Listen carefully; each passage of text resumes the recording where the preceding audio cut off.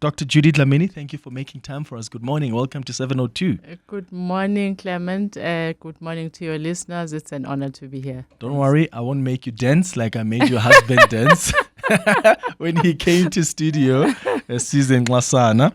Yeah, thank you for making time. How's everything in the new year? It's February now. Yeah. Well, everything is good. You know, It's not too hectic? It's always going to be hectic, Yeah. and by choice. Yeah. But you know, after COVID, you're just happy and grateful to be alive. Yes. So you don't demand too much. Yes, yes. Yeah. I want us to start off in Westville in KwaZulu-Natal. That's where you were raised. Yeah.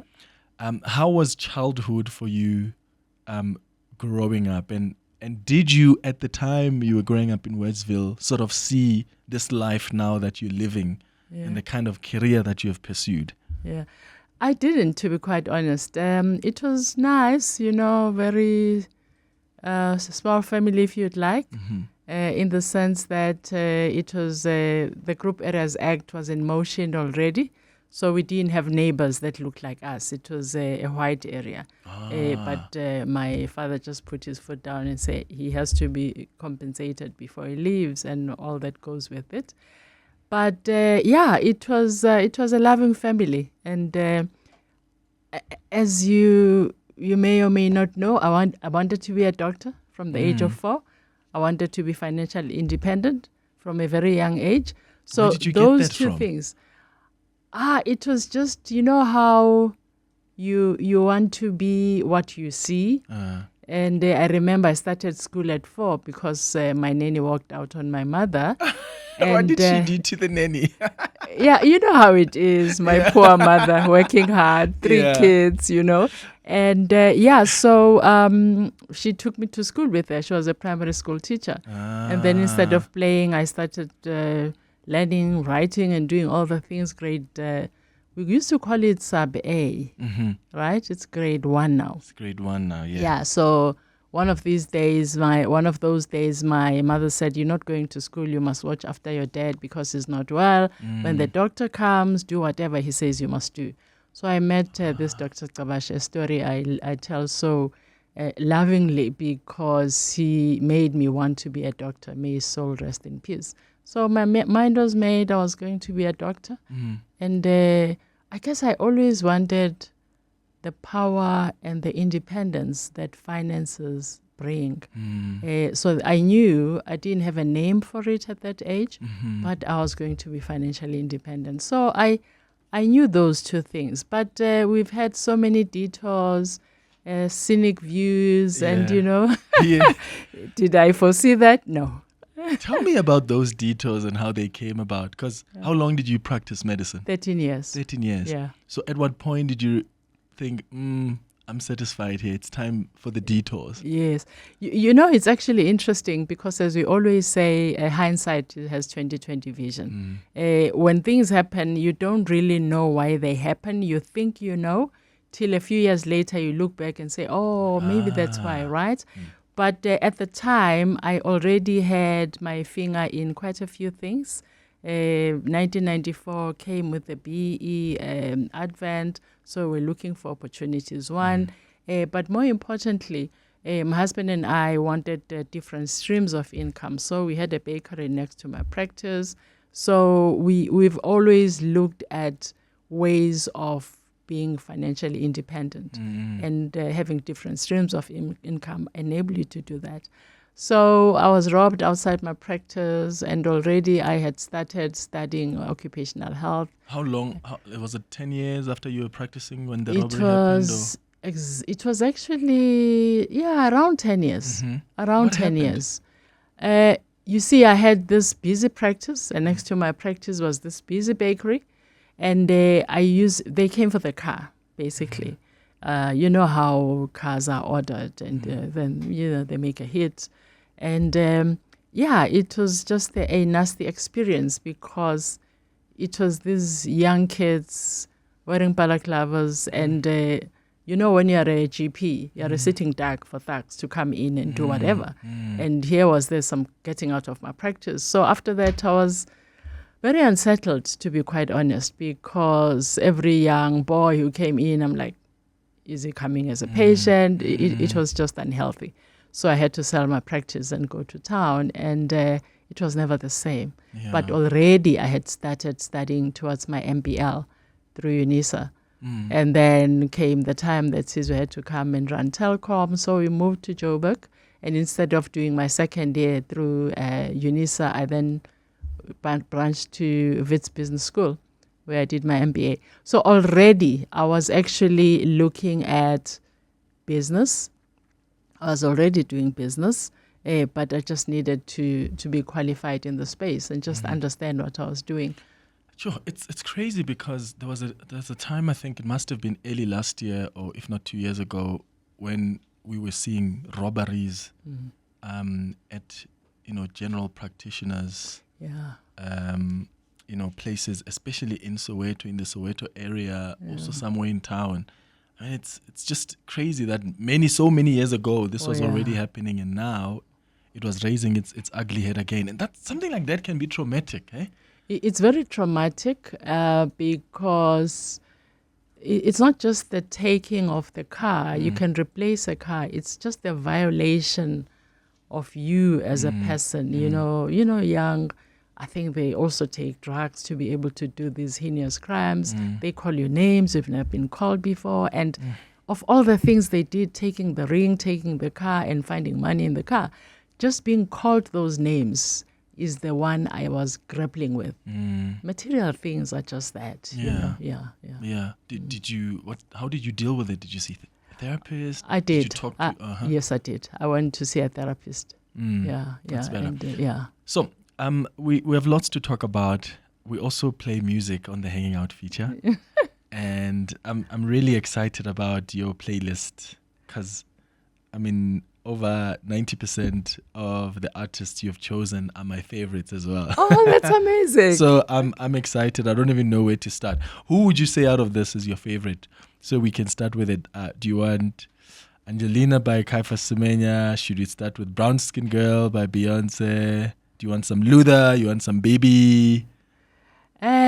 You know what? Maybe let's start with Beyonce. Yeah? I have more favorites than that in terms of artists like Zonke, you name it. I love Zonke. I love Zonke too. Yeah, right? Yeah. I love a lot of them. Joe Nina, believe it or not, and Tsaputsula. But it depends on when you ask me. Yeah. What I feel like. Oh, so you've got like periods where you go, this period I'm listening to this kind of music. Yeah. Oh, that's fascinating. Yeah. Okay, so what about Beyonce do you appreciate so much? I respect her. She represents the best in us as Africans and as women. Her independence. I just listened the other day that she's now into country music, and she was top of the exact right. And there's a radio station. They said, "Hell no, we're not playing you." Can you believe it? 2024 racism. Yeah. Anyway, but yeah, she's amazing. Yeah. I appreciate her as a performer. Yeah. I don't know every lyrics of the song. In fact, in Atlanta, I was sitting next to people who were crying as she got on stage, and I was like, "What is going on? Why are you crying? Are you okay?" And I didn't know the song because I've never listened to the album, but I was blown away by the performance. On stage, when you see her perform like that, I mean, am I being dramatic when I say you don't see anything like that? Yeah, no, she gives everything that she has. And one of the reasons I love that song is because it validates me as a brown-skinned girl, So I love that. Yes, she's a great performer. Yes, she sings so well, but she also knows who she is, and she talks to things that matter to us. So it's the whole package. Yeah. Tell me about that issue of validation, because women empowerment is something you are passionate about and that you're trying to address through different programs you're involved in. What has drawn you to this cause? It's... I'm the product of this country. I'm the product of apartheid. You wake up as a child in a world that says you are less just because of how you look. And it just brought the anger in me that I didn't see myself as less. Yes, different, but in a good way. So everything I do when it comes to just social justice is to say to a black girl that you've got this. Just because you're a girl and you're black, it doesn't make you less than anybody else. Actually, that's the motivation that made me to start Female Academic Leaders Fellowship when I became a chancellor at Wits, because I was like, let's look at the girls that look like me. Are we seeing them up there? If we're not, why not? And what can we do? So I think it's a passion of mine. My first book is Equal But Different, because I truly believe in that. We are equal. We're just different. Across race, sexual orientation, across class, we're equal. You know?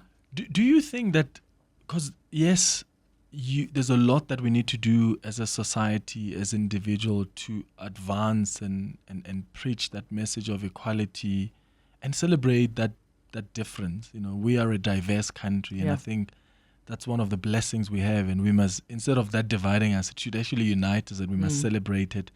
Do you think government, through its policies, have done enough to try and help just also level the playing field? Because after 30 years, I mean, every time I read the reports from the Labour Department, the Employment Commission's reports, and I see that it's white men at the top, and then it's black men, and then it's like almost like white women, and then black women. Oh yeah, you've got it right. I'm like, why? And it's not because we don't have women who are capable, who are just equally brilliant. I just feel like companies are just not being intentional. What are your thoughts on that? You know, the government has done a lot in terms of policies, but policies are just that. They chart the way, but then someone has to monitor and evaluate, and someone has to make people accountable. Yes. Because if you have these policies and you still have the JSE that is mainly run by white men, we still celebrate 30 years later when a black woman like Mary Vilagazi will be taking over at First Rand Group. It just shows you how, and she's the first black woman to lead one of the top 4. Yes, there was Basane for African Bank. We celebrated again there. So we just need to be deliberate and make people accountable and monitor, evaluate what we're doing, you know. So I think at the core of each one of us, there is, we can't wish away our history of racism, sexism, and what have you.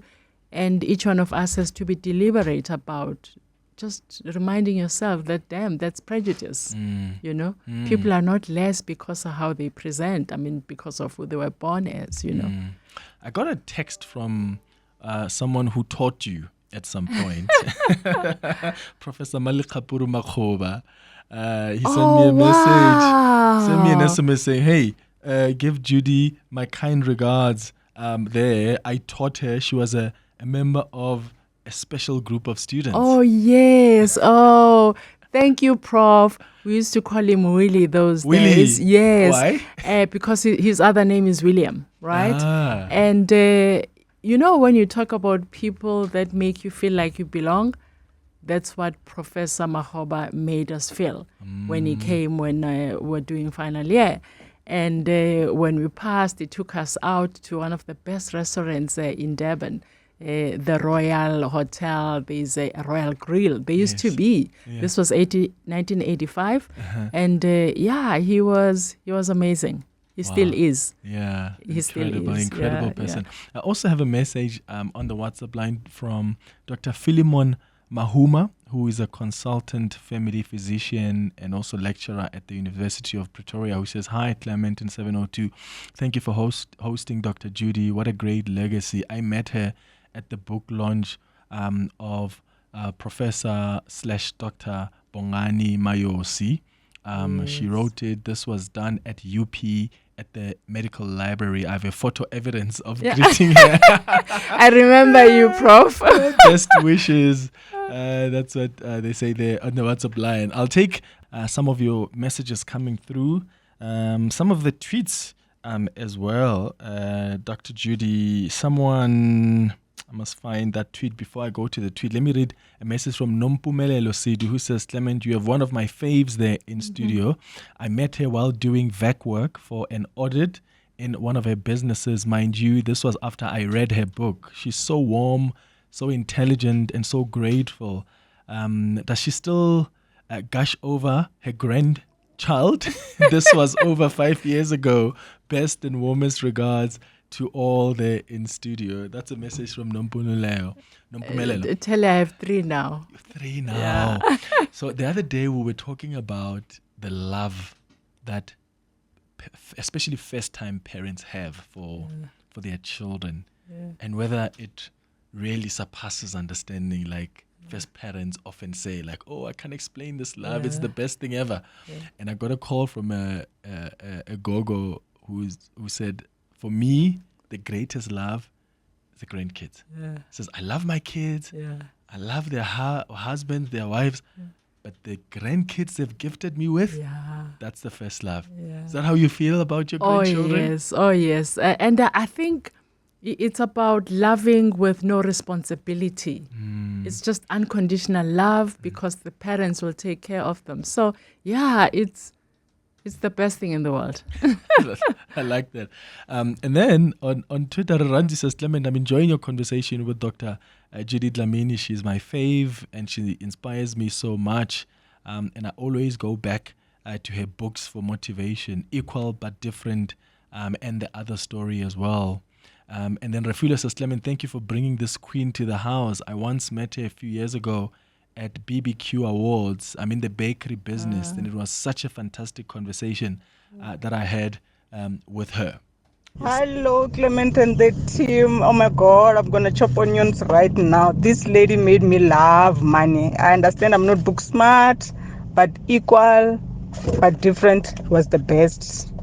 Thank you, Dr. Judy. Thank you. Make me love money too, please. I must go read the book. Yes, I think that's the start. Okay. I'll read the book. That's incredible. Do you find that, because like sometimes people are ashamed of wanting to dream big and making money and being successful.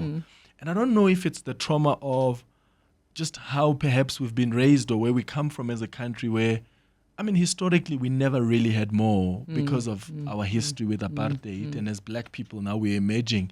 Opportunities are there for us. But sometimes people are like, I just want to have this. And they struggle to dream outside of that little box of comfort. It's the socialization. Throw the Bible at them and tell them, you know what? Your salvation is in the next life. So it's okay not to have and not have you. Just be comfortable here. You honor your poverty. You know, it's it's socialization. You know, and we need to socialize our kids and our grandkids that success is good, and when you get successful, lift as you rise. Look for those that need your help so that they can help themselves and their families. So I think it's broader than just loving money for the sake of money. It's loving money for what money can do for you, your family, and your other community. People. Exactly. Yeah, because as you say, you've got to lift other people. Oh, yeah. Now, in order to lift other people, you want to be successful, but you need to have the skills, which is what I want us to talk about now. The passion that you and your husband, Sizwe Ngasana, have about education. Tell me about the schools that you guys have started, because you founded the Sifiso Learning Group, right? Yes, which is the holding company. Yes, and then there's Future Nation Schools. Future Nation Schools. Yes, we had our third cohort of the matrics. That's class of 2023. So it's a love for education. It's a belief that education will actually enable you to have the best life. It's education that will enable you to succeed in life, but not just any education.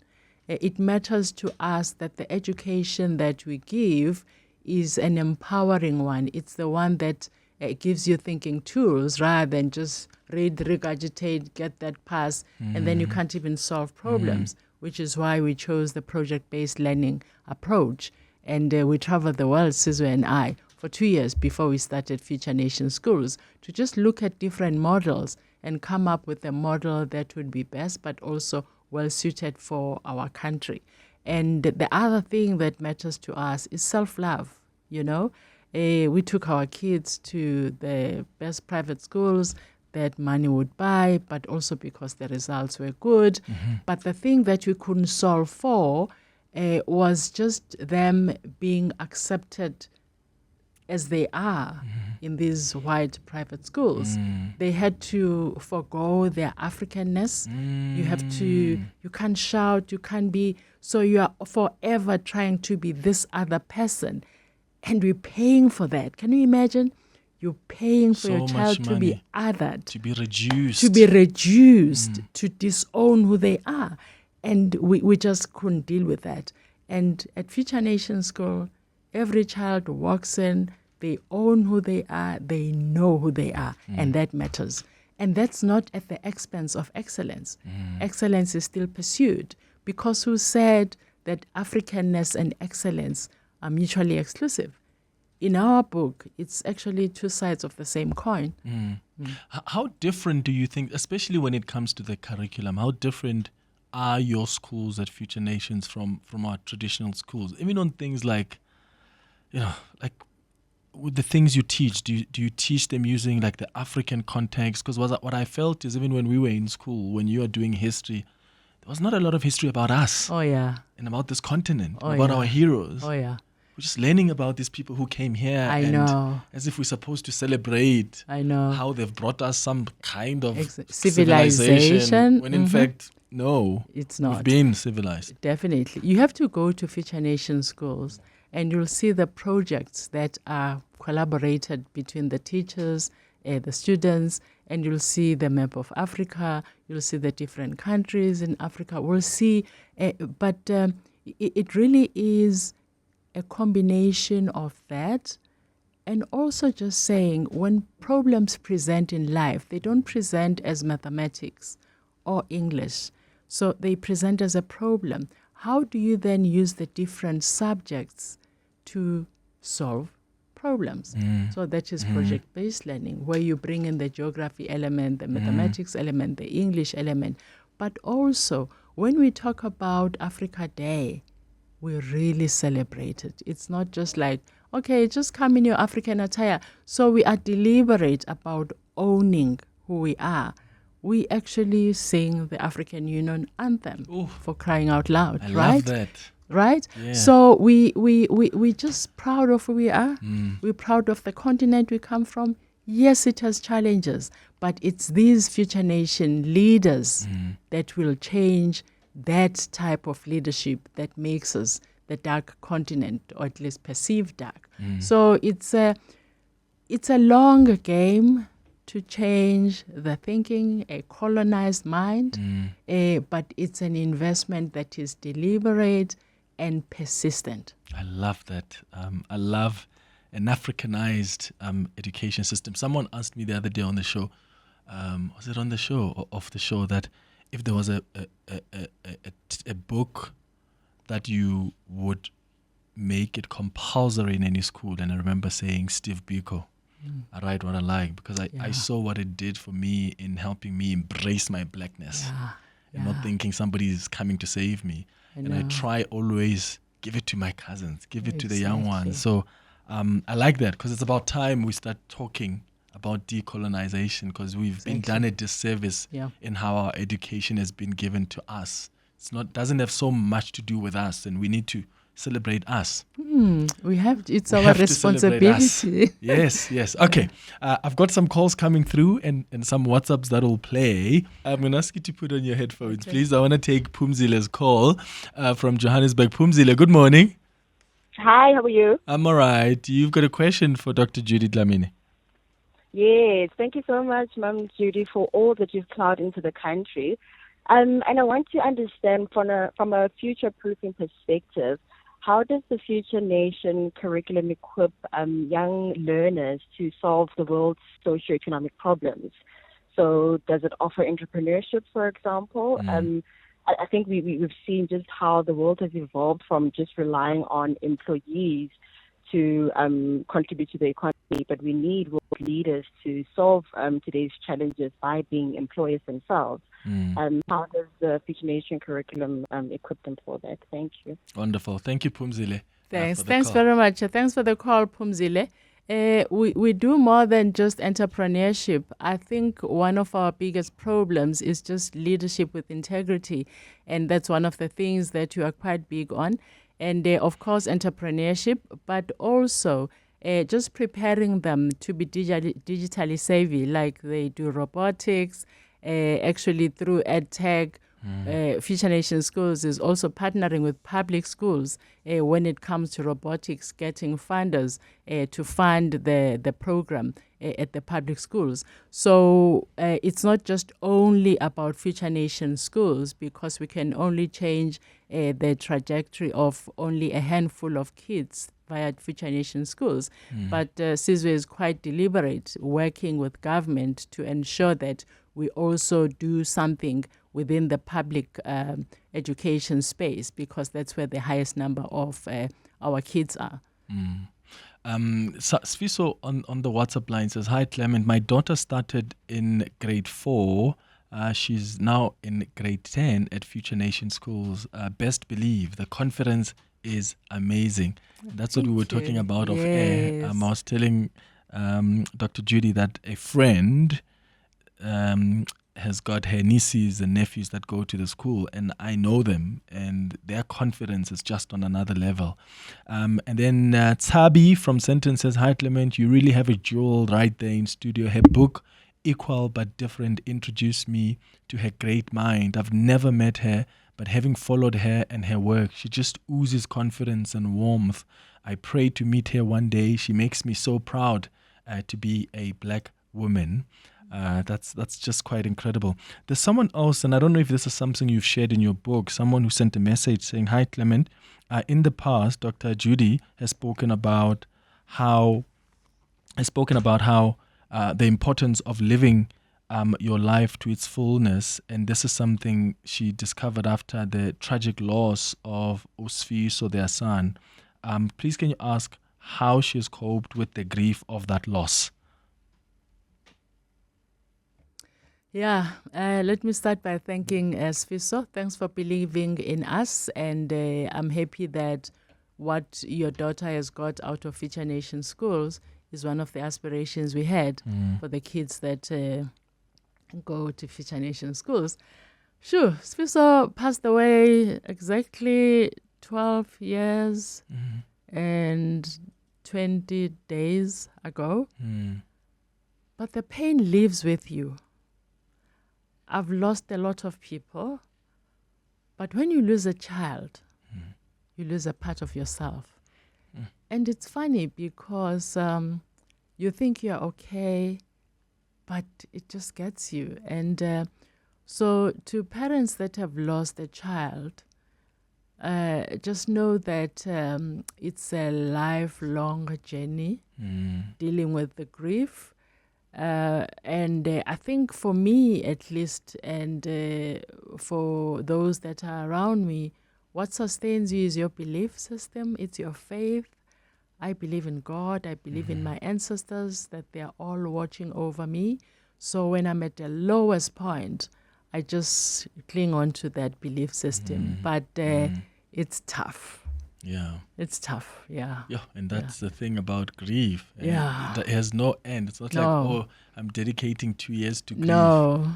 It's a continuous thing. You learn to live with that. You learn to live with it. But the other thing that I find helpful, and I'm really talking to those that have lost kids, is that when you put your energy in doing something positive, it helps. It helps a lot. So you just put energy in doing something positive. It helps. Like you look at Future Nation Schools, and then you're like, okay, it's okay. Because that's Sfiso's passing gave birth to that. And look at the testimonies you're getting from the kind of difference you're making through that. Someone else wanted to know, what do you do for fun? Do you play golf? Oh my goodness. Oh, that would give me a migraine in the sun. And no. I'm not athletic. I'm not sporty at all. I chill. You chill for fun. I love it. Chill for fun. Watch a movie, play with my grandkids. No. I love that. Chilling for fun is also something fun. Dr. Judy Dlamini, thank you so much for coming through. I've really enjoyed chatting to you. I am going to read the first book because equal but different, because everybody is talking about it. I'm going to get it and read it. Yeah, thank you. Thank you for all you've done, and thank you for your brilliance. We appreciate and we honor you. Thank you for making time. Thank you. It was an honor to be here, and thanks to the listeners. Hanging out with Clement on 702. Let's walk the talk.